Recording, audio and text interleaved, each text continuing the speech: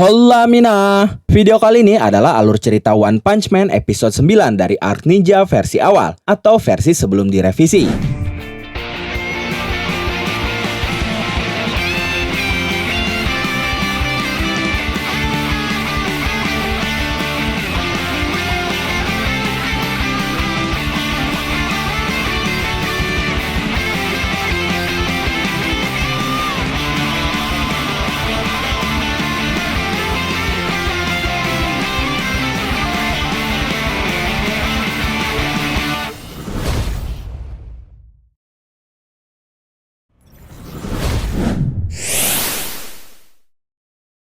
Sebelum masuk ke alur cerita hari ini, seperti biasa saya mau ngucapin terima kasih lagi buat teman-teman yang sudah support channel ini lewat Saweria. Izin saya bacakan satu persatu nama dan pesan dari kalian ya sebagai bentuk apresiasi. Pertama dan terakhir untuk hari ini datang dari Yoel Yohanes. Pesannya, film Om Botak paling gacor. Perpanjang lagi durasinya jadi 12 menit. Sukses. Terima kasih ya, sukses juga untukmu. Oke, itu dia donatur satu-satunya kita hari ini. Sekali lagi saya ucapkan terima kasih dan sekarang kita langsung masuk saja ke alur ceritanya. Let's go! Setelah itu, Void yang tenggelam ke tanah kembali muncul ke permukaan dan dia menyadari kedua pedangnya menghilang. Memanfaatkan hal itu, Flash dan Sonic langsung maju dan bersiap menyerang Void. Sementara itu, Blaze memasukkan tangannya ke dalam portal dimensi, menuju tangannya yang terpotong sambil berkata, "Kau tidak akan lolos." Lalu dia menciptakan segel kepalan tangan untuk membuka portal dimensi yang lebih besar. Saat itu, ternyata Blaze mengirim aliran darah dan sinyal neuron untuk bagian tangannya yang terpotong, dan dia pun menyiapkan cara terakhirnya. Setelah itu, Blaze membawa masuk Void bersamanya ke dalam portal dimensi itu. Tapi saat itu terjadi reaksi di antara keduanya. Void berkata di dalam hatinya, "Dia sejajar dengan koordinatku. Kalau kami berpadu seperti ini, struktur biologis kami akan terkoyak." Lalu Void berkata kepada Blaze, "Apa kau mau mati?" Sementara Blaze berkata di dalam hatinya, "Shiki, aku mengandalkanmu." Setelah itu terjadi kilas balik singkat antara Blaze dan Shiki tentang rencana terakhir Blaze. Shiki berkata, "Itu konyol." Blaze berkata, "Untuk jaga-jaga saja kalau semuanya gagal. Kalau kebetulan cara untuk menangkapnya adalah dengan berpadu dengannya, tolong coba gunakan teknologi pemisah sel monster milikmu itu pada kami. Tidak masalah jika kau memprioritaskan hidupnya." Kembali ke masa kini, tubuh Blaze dan Void yang sudah hampir bersatu tiba-tiba bercahaya. Blaze berkata,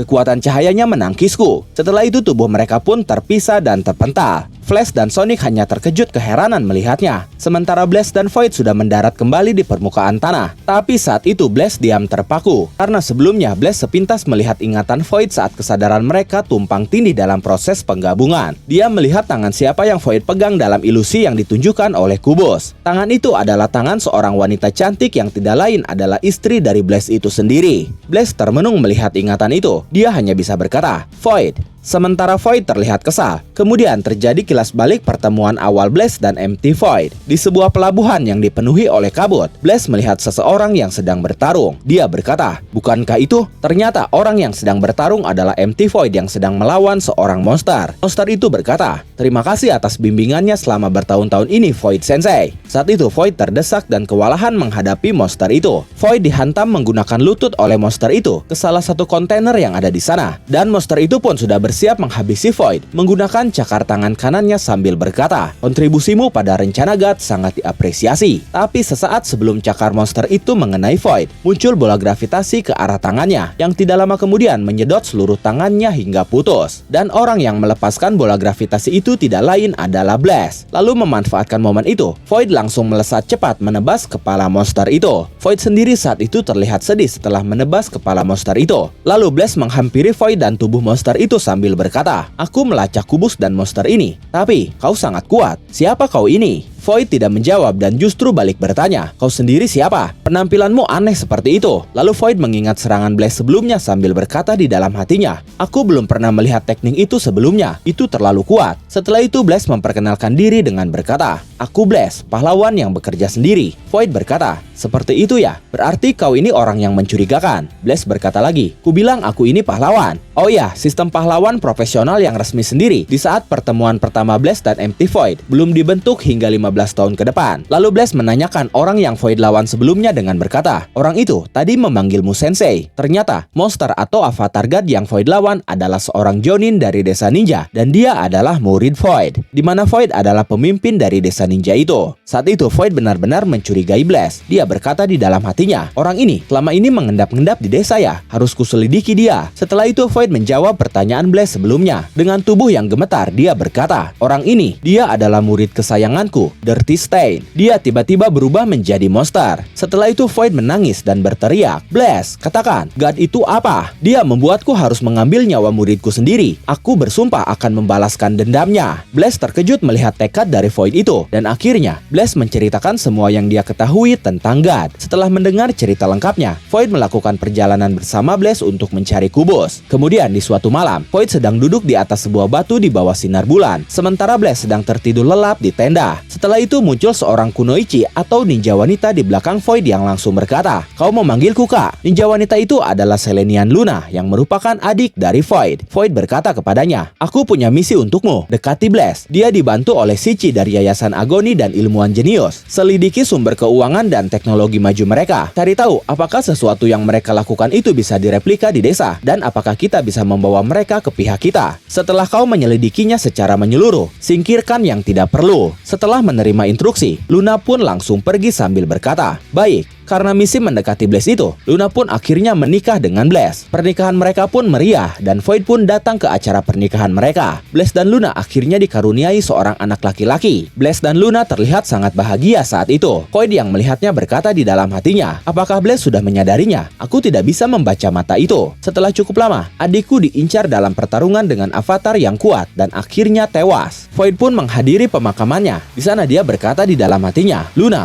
oh iya, namanya Maya ya sekarang.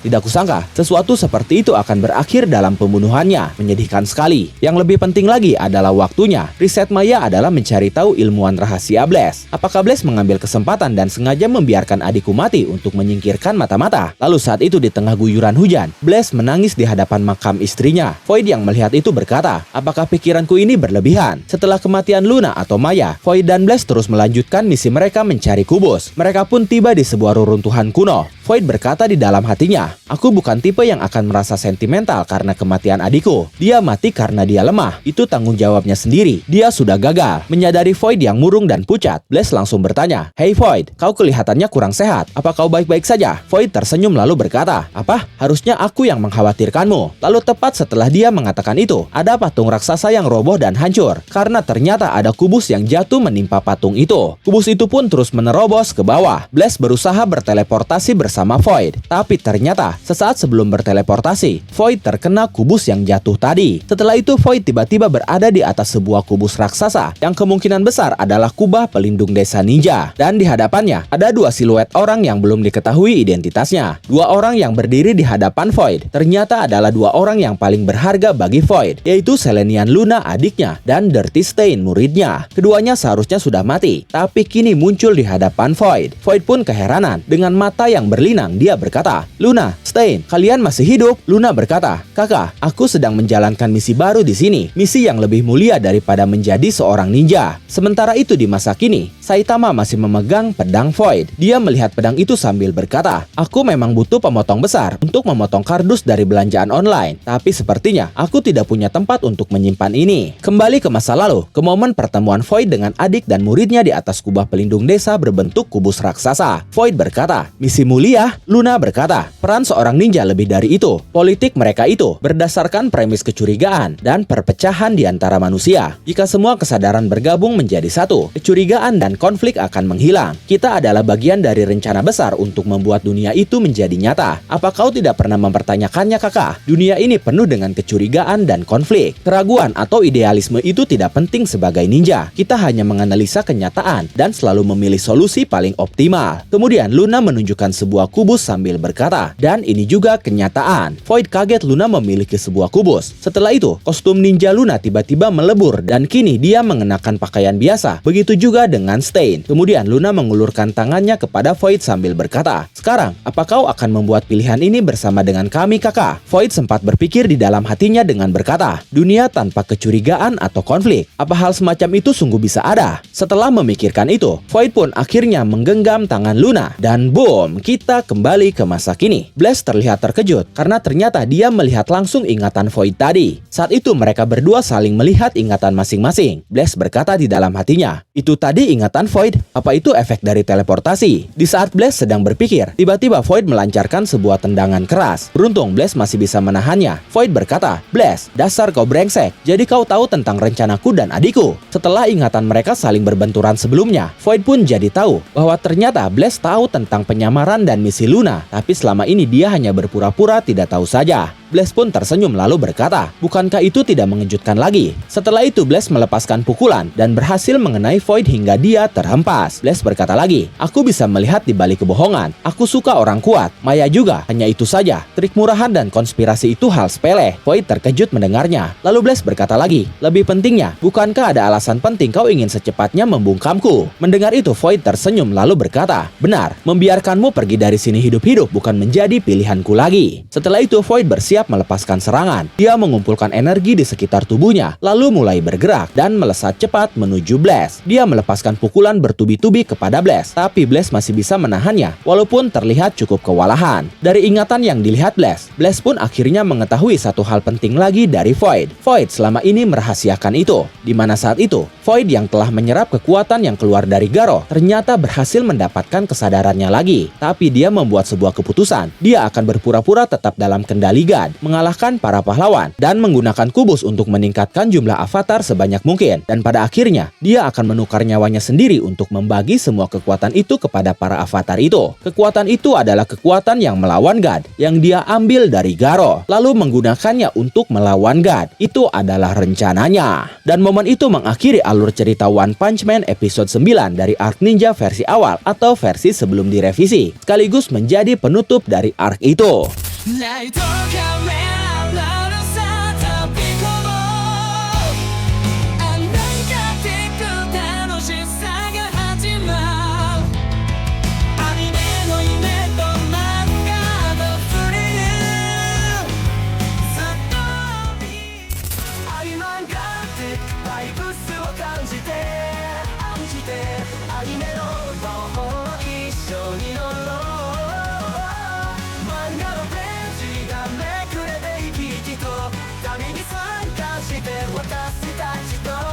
More